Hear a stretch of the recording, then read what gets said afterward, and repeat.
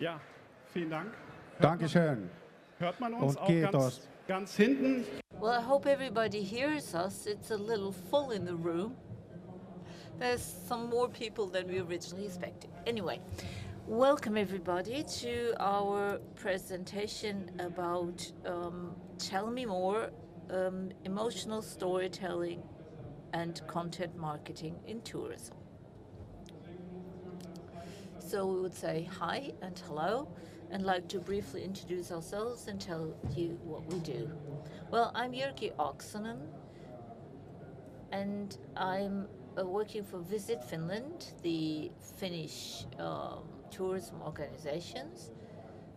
We go to Germany, Switzerland, Austria and the Benelux countries. We have an office with 5 people and a very strong presence in headquarters. And I'm Joachim Schmidt, the owner of Intensive Senses, Manufaktur for digital marketing.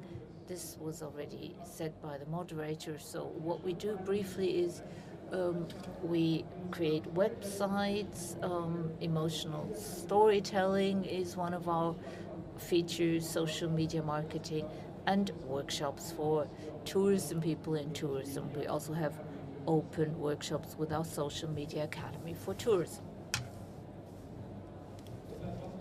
So what is storytelling, or why do we practice storytelling? And why does Visit Finland focus on storytelling? Maybe you can tell us about it. Well, I'd like to start because my story is that Finland this year and last year has been working intensively with intensive senses, and we had additional revenue coming in because of that. And we've been very busy. I have to go back to my booth, by the way, very quickly. I'm not from Germany, and if you enter a large market like Germany, it's not sufficient to simply sell and translate your own ideas. It's important that you bring your message across in an adequate fashion. So we had a vision.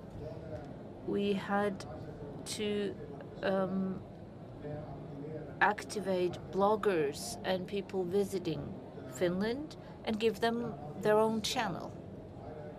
Unfortunately, or well, maybe incidentally,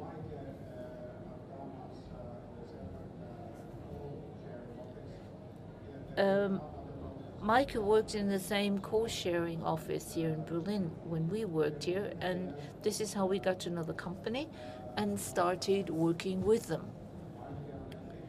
And after some development work, and you will see some of that in a minute, we can present our Finland page, and you can also have a look at it, and at the Facebook page that also works quite well. Now we finally have produced very good content for German consumers, and what is interesting is that this is a way to enthuse them for Finland. And thank you very much for the great cooperation. This is what I would like to say to Joachim. Well, what is storytelling? Why are we talking about storytelling again? This is not a new term, although it sounds nice and modern in English, but actually the 2 gentlemen here on this chart are the first storytellers of modernity. They didn't invent their own stories. They collected stories, traveled around, visited different regions, and the stories they heard were passed on from one person to the next. So this was also a way of spreading information, a way of teaching children all the different characters in the stories. They actually influenced our storytelling now.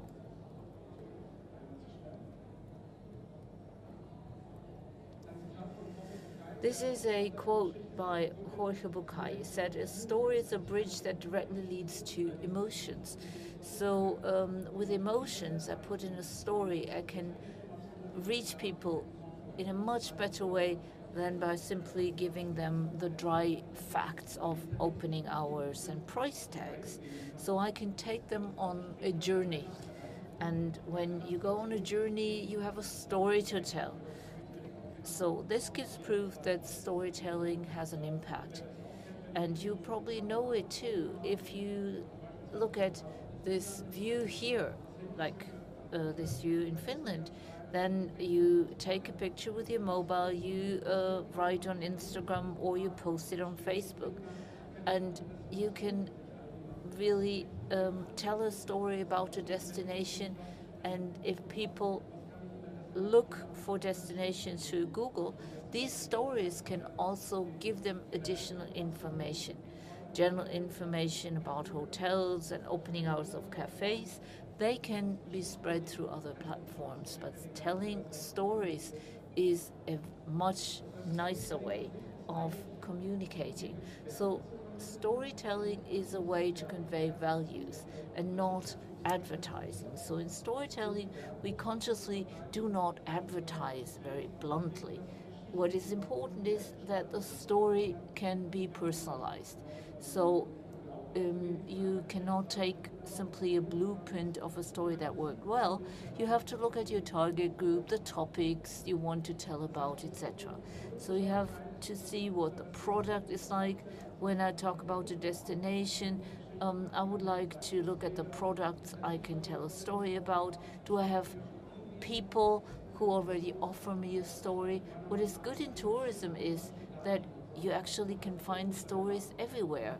An insurance company or a bank has to invent a story about banks and insurance companies, but in tourism, you're already in a very emotional environment and you can always find a nice story there. So it has to be a story-like message that customers do not identify as advertising messages.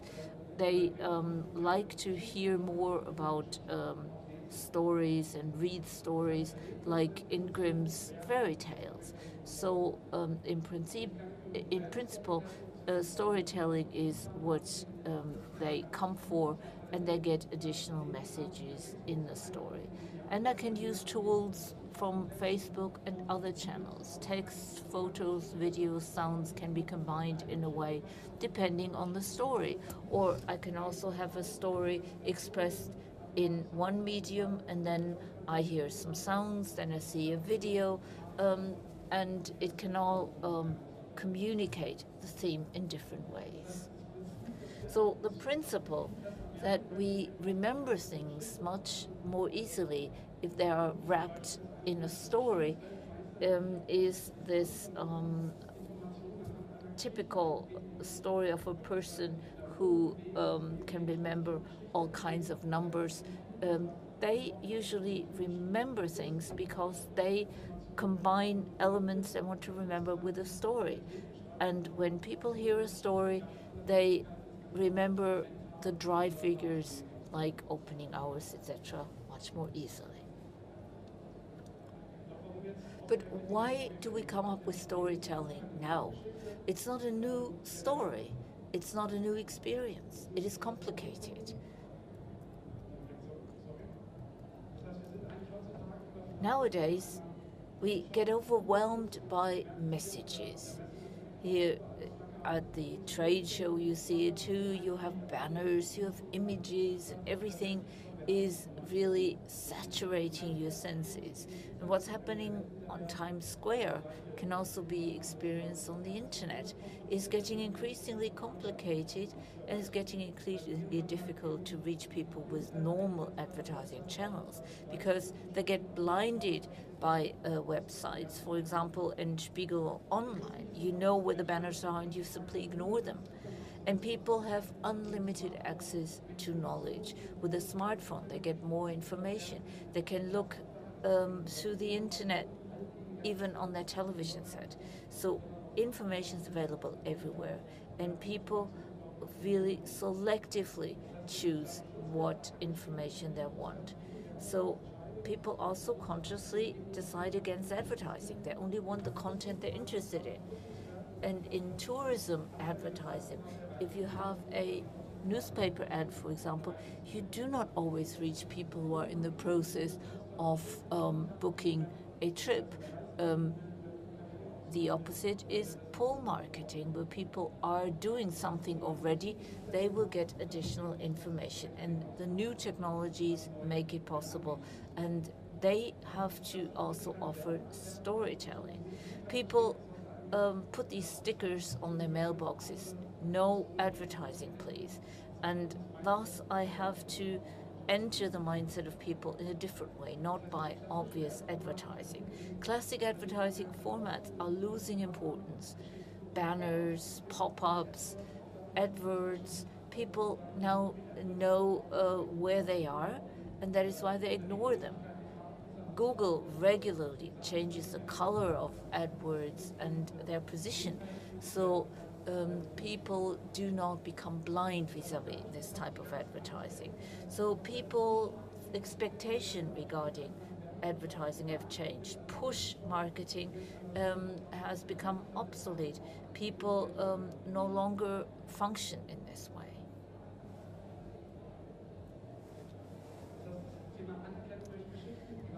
Recognition through stories. In our private lives, people who tell a story at a party are usually more interesting for us than people who simply give information. Also, Facebook posts with good stories is shared much more frequently than Facebook posts that only have very conventional information. And we can also practice storytelling through Instagram if I have a concept, if I don't simply use filters to change my photographs. FOMO means fear of missing out. What it hasn't been posted hasn't happened. That is the motto today, and people directly include everything they feel and they perceive in their Facebook post or in their Instagram post. And advertising is always lagging behind. So tourism should follow the example of these stories and how they are told. And how does good storytelling work? Basically, there are 5 core elements of principles every good story should adhere to. You have the hero, a person you identify with, a person who walks through a city, experiences something, looks at sights. You have to have a conflict in a story, a problem that is solved. For example, there's rain at the Baltic Sea, but people want to enjoy their vacation anyway, so this conflict creates another story, other demands, etc. Viral character is important for storytelling. If I tell a story that is basically a PR message, it will not be linked and liked, and I need a motive. I have to see what I want to tell with my story, and not everything I know should be put in one story. Maybe a serial form of presentation is good. Instagram stories and different motives are a good alternative. And what is also important is emotion. The story has to live. It has to trigger associations, smells, sounds. People have to feel like they're in a cinema when they read this story, and they have to authentically live it as well. So the discrepancy we always see is that tourism people think in products, but travelers think in emotions. They no longer want to know the opening hours of the museum. They get that from TripAdvisors and other pages. So if you offer them 2 weeks in Mallorca, it's not very attractive, but 2 weeks in the place or in the beach of your lifetime is a completely different story. If you look at the customer's story, that is the journey the customer gets in touch with, from inspiration to reflection, then you have to cater for their needs in the different phases. If I give them, for example, videos, then you can inspire them in the beginning of their journey. If they look for offers, I help them with tips and use my content marketing. Validation, holiday check, TripAdvisor. Here, people also have to tell a story in their rating. When I get their report, I get authentic validation of the destination. And I have to actively cooperate with these people, with my mega users, people who travel with me. And I have to offer their stories as well. Of course, booking is important. Content marketing is a nice thing, but it has to have an interface or a link with actual bookings. And I have to link with the actual operators of my destination. Preparation is important. Information about events, stories, content, the trip as such. The user is in the destination. You have to add information by emotional stories about events the user could then actually participate in. Reflection with hashtags about the destination, so people can then include that in their communication. People can also take their own photographs. So this is a closed circle. The reflection of one person could lead to the new inspiration of another person, and the cycle starts again. So content stories, content-related stories can trigger new processes with every inspiration. Now, what about storytelling? What types of storytelling can we distinguish? Storytelling does not only have to be a long and important and complicated story. With Instagram and smaller activities, I can also create stories. And then these are series that combine into a new story. And the entire portfolio offered by the internet, the blog, which we call the center of social media, the center of our communication. Social media and YouTube can always change their algorithms. That is why I have to play everywhere. I cannot only be in Facebook alone or in other social media, but I should also have my own blog which I can influence. I can have landing pages for different target groups. Classic newsletters are still very much alive. They attract traffic to my page because I can also personalize it. And podcasts are also very popular. Audio stories you can tell on platforms such as SoundCloud or iTunes. And there's also a good vehicle for storytelling. Tips for good storytelling: every good story needs certain elements. We need a clear, logical structure. Although I play a lot with emotions and I write in a very spontaneous fashion, everything has to be well planned. And when people practice content marketing, sometimes the process is getting longer because they hadn't expected that it is a lot of work. Good storytelling, content marketing is work, but it is worth it because you reach people in a much more effective way. It creates sympathy and a liking for the product, and it must create passion. People then find this content interesting, and then they also share it, and this is a viral element. In order not to only tell fairy tale stories, the stories have to be authentic. That is, I have to write real stories, stories people actually told me and people can relate to. If I only praise my destination but it has nothing to offer, people return their shitstorm and their ratings on Facebook, and they ridicule my story. So good content has to be presented well. There has to be good design. The video quality has to be good. Depending on the channel I choose, the quality has to be right. Instagram photos have to be good, and Facebook posts also have to be well planned. But to hell with facts, we need stories. What did we do in Finland for Visit Finland? Well, we created a digital magazine, a digital travel magazine called travelstory.do, and we offer travel magazines that do not work through apps. People don't have to download anything or install anything. In a browser-based way, the link leads them to the optimized story.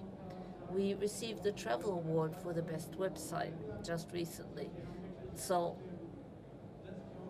on people's iPad, on people's desktop, stories are adjusted in a way that users do not have to look at downloads and internet connections. It also works with UMTS, even at travel shows like this.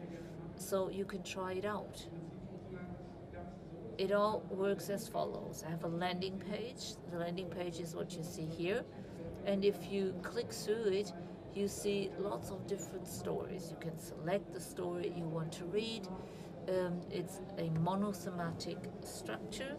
You can also search it with Google. So if you enter the keywords or the headlines, then you have what people can find on the website. So I don't have any sidebars that interfere with my navigation. Navigation is very straightforward and simple, and I then can find stories in a chronological orders, the most recent one on top, older ones on the bottom.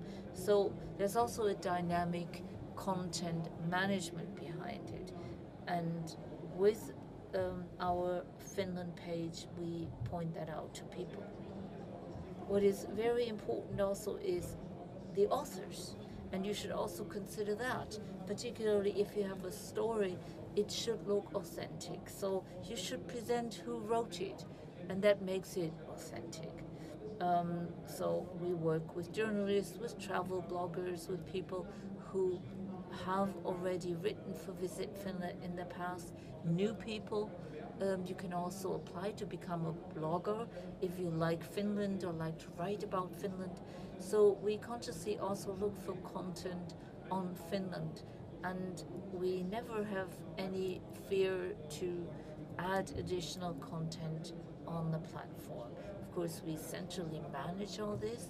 We are the editors, we look after the technology, and we also coordinate with the editors and the authors. What it looks like then is this. For example, we had a story about Finland's nature days. If I start the story, it's very innovative. It works in the browser only. You don't need to download anything. With any device, you can intuitively swipe through it like in a normal online magazine.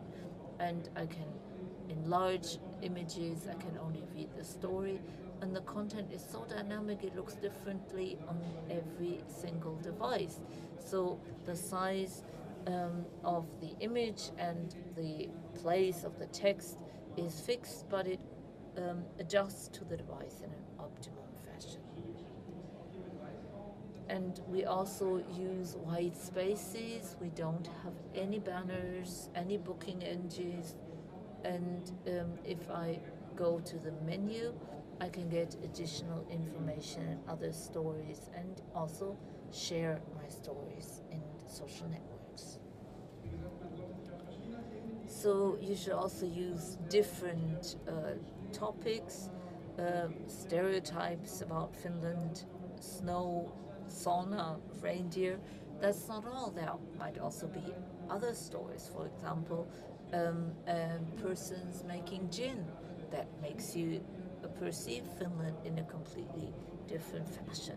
So other topics could also be attractive for people who are not looking for Finland as a destination. They might look for gin, and then they find out that gin in Finland is now very good, so you can also include these people in your storytelling.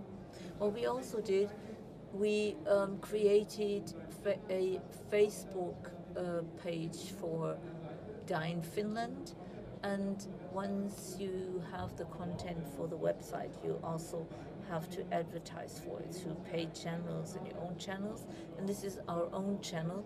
We have more than 2,500 fans now, and the stories we post here are linked then to the page, and we go even one step further because we for example, offer additional information about destinations that are not in the story. We have picture galleries, tidbits of information that we offer people when we have most recent information. And then there are certain anniversaries, holidays, events. For example, the Independence Day in Finland. We also have nice to know content because people don't necessarily know when Finland's Independence Day is. But if you go on that page, you get all that information. Everything you know about Finland could be put into these stories. What is also very popular are these tiles. What other people might call unnecessary knowledge or unnecessary information that you usually don't ask for. For example, that there is a special treat in Finland that looks a little bit like Danish sweets, and then people get that information, and when they look through the page, they also find these tidbits of information that they can always read, although they might not have time. When Schweinsteiger played his last football match, he played against Finland. So this is also information people find. Or the Swamp Football Championship might be interesting to some. And this tile was very popular.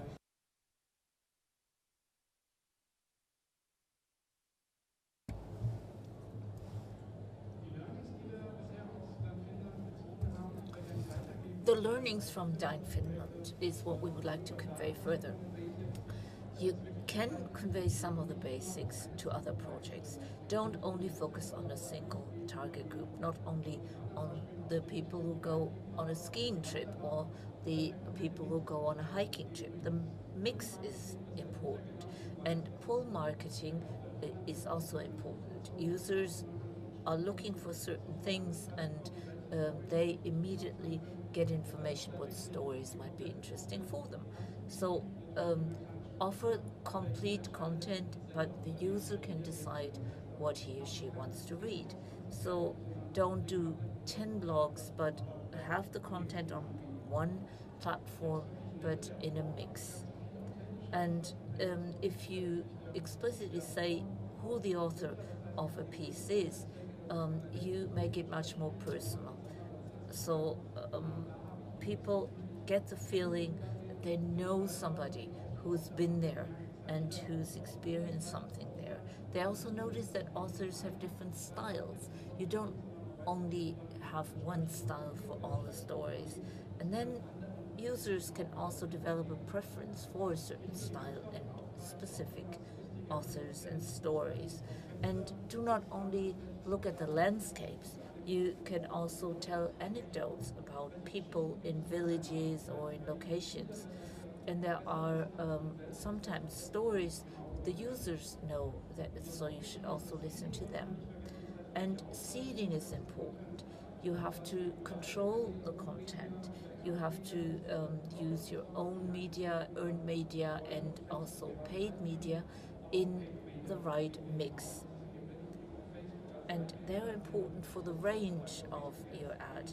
So without Facebook ads, things no longer work these days, so you have to plan for that as well. And in the beginning, when you start your blog, Facebook ads can help promote it.